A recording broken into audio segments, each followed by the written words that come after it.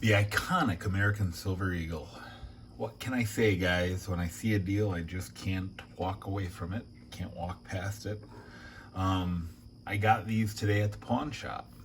And the reason I got them is not because they're American Silver Eagles or because they're proofs or because they came with their original boxes. It's because of the price.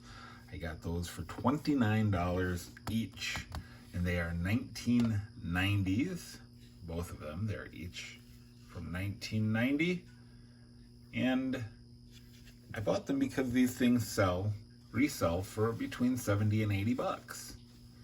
So if I get the opportunity to double plus my money, I'm going to do it. So these are going right into the reselling market. This one, however, this stunner, this artificially toned, and it is, there is no doubt. Let me see if I can get a more natural lighting for this so we can get a little better idea of what it is we're dealing with here.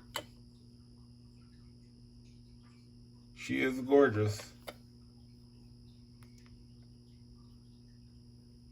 And I picked this up. You may not even believe when I tell you what I bought this for. So I kept the receipts, y'all. Kept the receipts.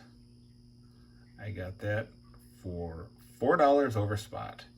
If this were any American Silver Eagle, that would be worth it.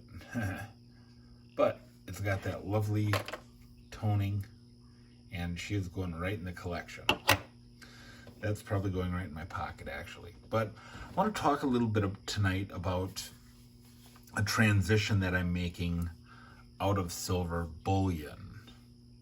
I'm making a transition out of silver bullion because as we all know, as we all complain about, and one of the narratives that drives me crazy and yet is sort of true, is the market manipulation narrative. That this is a very manipulated commodity. And people say that, and I say, okay, show me something that isn't manipulated. Show me something that isn't manipulated. And I got thinking about it. Well, what isn't manipulated? You know what isn't manipulated, guys? Collectibles. Collectibles, numismatics, are graded, especially if you have slabbed stuff. They're graded by humans. So that means, could there be errors? 100%. There absolutely could be errors. But there's certain things that are just worth a little bit more money than silver, and yet are not victims, I guess, if you want to put it that way, of the whims of market manipulation. Okay, so tonight I went to my first coin club meeting. I didn't join, I guess, technically, but I went to my first coin meeting with a coin club, and it was cool. I mean, it was kind of boring to be, for the most part. A lot of it was like business talk. What's going on with the club? What are we going to do with upcoming coin shows and things like that? But really nice people. And we did an exercise to grade coins. And he had slabbed and raw coins and just kind of pulled them out and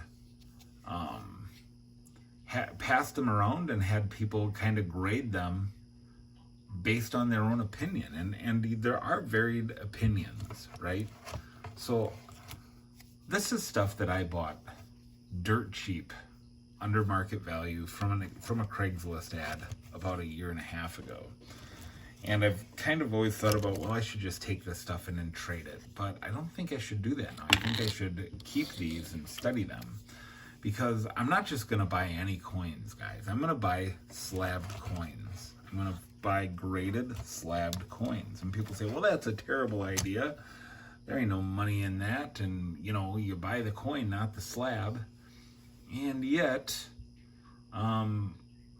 we all recognize that there's a provenance that comes with a PCGS slab that says MS66 on it versus a paper flip that says MS66 on it. So you kind of take the opinion out of it at that point.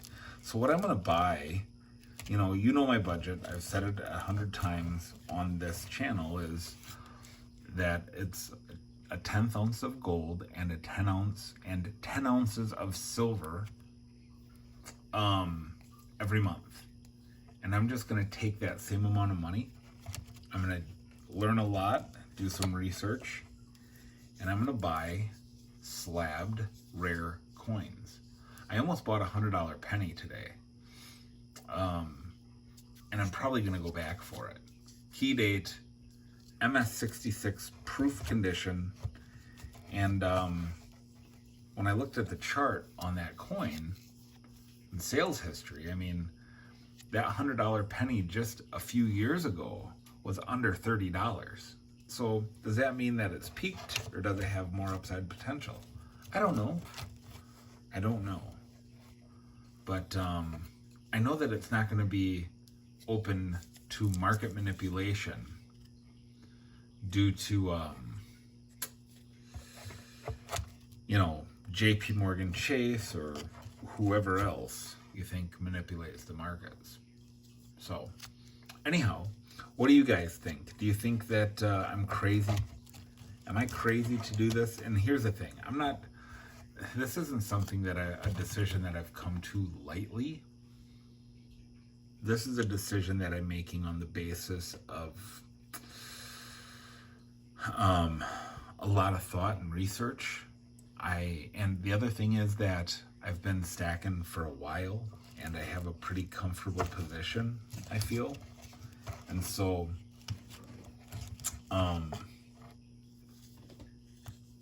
therefore, I just want to diversify. Here's another thing I'm going to do, guys, is I'm going to start collecting watches. I'm going to start collecting fine watches. There's a big market for watches. I don't know very many men who don't appreciate a great timepiece. And there is a market for watches that most people don't even understand, But if you're a stacker, and especially if you're a collector stacker, you can probably see it, right? Like, you can understand that. You can understand that there's coins in your stack that are like, well, this, I can see why someone would pay, over spot for this koala, for example. Or, gosh, what else do I have in here? This kookaburra, I can see why someone would pay 30% over spot for this beautiful collector piece. But can't you kind of see the same for watches? Can't you imagine, a $60 fossil might do just great, but, boy, that Rolex Datejust, now that's a watch. We can recognize that. And there's all kinds of stuff in between there, right? So I've made my first purchase of a semi-collectible timepiece, and I'm going to make a whole video series on, let's just say I got plans, and I just need you to stay tuned. If you're still here and you haven't subscribed yet, I hope today is the day that I earn your subscription. And if you have subscribed, and even if you haven't, just give me a thumbs up. Help me hit the algorithm here, but stay tuned. There are big changes coming to this. We're going to start to see more collectibles, more numismatics, and we're going to start to see what I think is real diversification. Not the diversification we've been told, like, oh, when you invest, you want stocks and bonds and blah, blah, blah. I'm talking diversification outside of the realms of manipulation. When I was a kid, I collected comics, and I sold my collection when I was 22 years old, and I've regretted it every single day because I had key issues. Secret Wars number 8 in perfect condition. Look it up. Marvel Secret Wars number 8. I had that comic. Go see what that sells for. When I paid 25 cents for it when I was 9 years old. But anyhow, we're diversifying, y'all. And this might be the last bullion purchase that I make for a while. So stay tuned. Lots of stuff coming. See you on the next one.